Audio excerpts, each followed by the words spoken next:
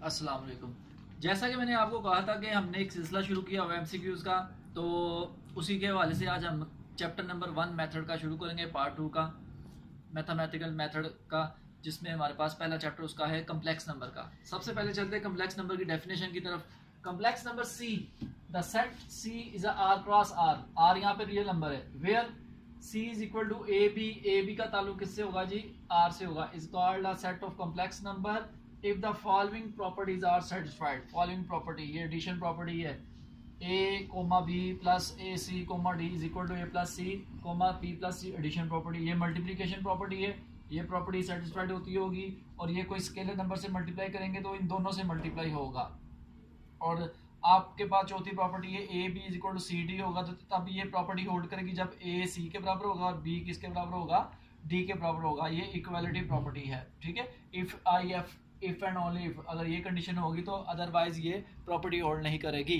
अब चलते हैं सबसे पहले हम कम्प्लेक्स नंबर को लिखने के तरीके की तरफ। कम्प्लेक्स नंबर को आप अगर सी बिलोंग टू जेड, जेड यानी कम्प्लेक्स नंबर है, तो आप उसको इस तरह लिख सकते हैं एक्स कोमा वाई। अब इसको जब एक्सपैंड करेंगे तो ये हो जाएगा एक्स प्लस एयोटा वाई के साथ। यहाँ पे जो x होता है ये होता है आपके पास रियल नंबर, और y जो होता है ये आपके पास क्या होता है? Imaginary number. क्या होता है? इमेजिनरी नंबर होता है। और इसका मतलब क्या होगा कि जब आप ग्राफ ड्रा करेंगे इसका, तो रियल लाइन x एक्सिस के लॉन्ग और इमेजिनरी लाइन किसके लॉन्ग ली जाएगी?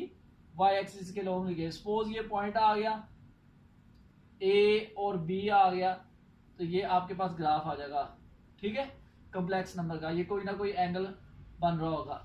तो नेक्स्ट हमारे पास जो टॉपिक है वो है कम्प्लेक्स नंबर को पोलर फॉर्म में लिखना। बड़ा इंपॉर्टेंट टॉपिक है और इसमें से एमसीक्यूज बनने के बहुत ज़्यादा चांसेस है। तो सबसे पहले पोलर फॉर्म को कन्वर्ट करने से पहले आपको चंद बातों का पता होना चाहिए, जिसमें हमारे पास कार्टेशियन प्लेन के बारे में हम पढ़ते हैं। ये आपको पता है, ये आपके पास एक्स एक्सिस और वाई एक्सिस का प्लेन होता है। इधर एक्स एक्सिस होता है, इधर एक्स डैश होता है, इधर वाई एक्सिस होता है, और इधर वाई डैश होता है।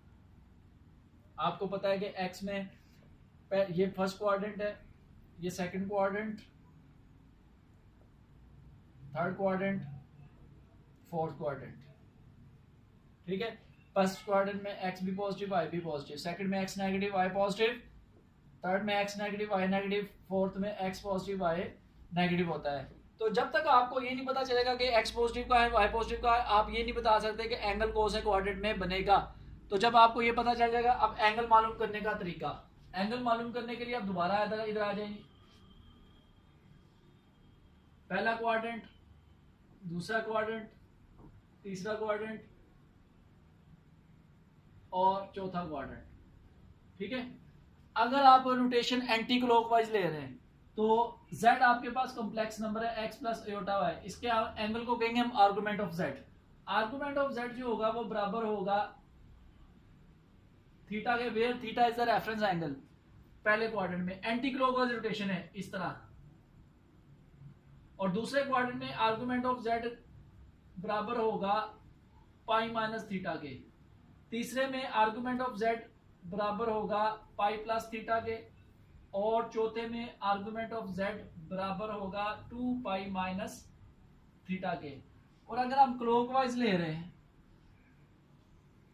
क्लॉकवाइज में सिर्फ आपने तीसरे और चौथे में चेंज करना है, पहले और दूसरे में वही रहेगा, ठीक है।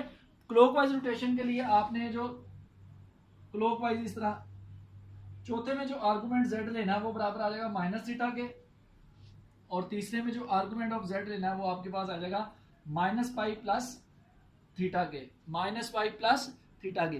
तो ये दो तरीके हैं एंगल मालूम करने के हिसाब से।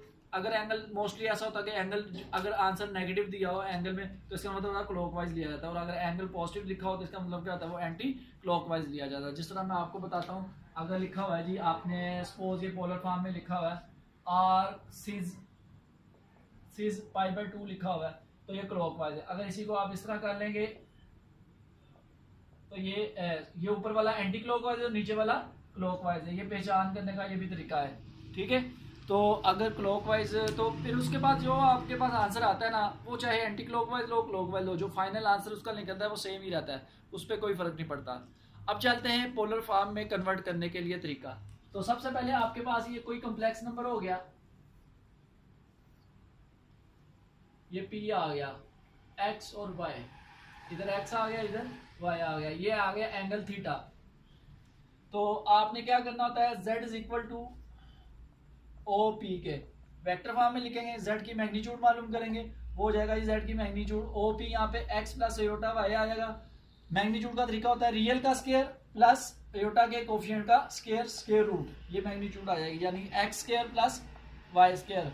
और z मैग्नीट्यूड को हम ज़्यादातर हम किससे डिनोट करते हैं, r से, ठीक है, किससे डिनोट करते हैं जी, r से डिनोट करते हैं। और एंगल मालूम करना हो तो एंगल मालूम करने का तरीका ये होता है, theta is equal to tan inverse mod y over x, ठीक है। तो ये एंगल आता है, ये जो भी एंगल आएगा उसको मैंने थीटा कह दिया। तो एंगल मालूम करने का ये तरीका है, मॉड इसलिए लगाया ताकि बीच में माइनस जो होगा वो खत्म हो जाएगा, थीटा आ जाएगा, फिर हमें वो पहचानेंगे बाद में x और y के साइन को देखे कौन सा क्वाड्रेंट बन रहा है। तो अब यहाँ पर चलते हैं हम z की तरफ। पोलर फॉर्म z ये होता है cos of theta plus iota sine of theta, ठीक है।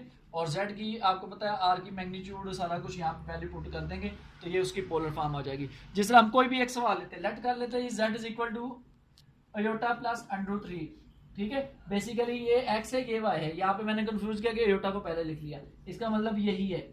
अब इसकी मैग्नीट्यूड मालूम करेंगे, which is equal to r √3 का स्क्वायर प्लस 1 का स्क्वायर, स्क्वायर रूट, ये आ गया 2, ठीक है। अब इसका थीटा मालूम करेंगे, theta is equal to tan inverse y over x, y यहाँ पे एयोटा का कोफिशिएंट होता है 1 और x √3 है, तो ये आ गया π/6। और पोलर फॉर्म ऑफ z क्या होगी, r cos of theta plus iota sine of theta. First quadrant है तो कोई चेंजिंग नहीं आएगी, r2 है cos π/6 प्लस एयोटा साइन π/6। आप इसको इस तरह भी लिख सकते हैं जी, 2 सिज π/6, सिज का मतलब कोस प्लस एयोटा साइन है।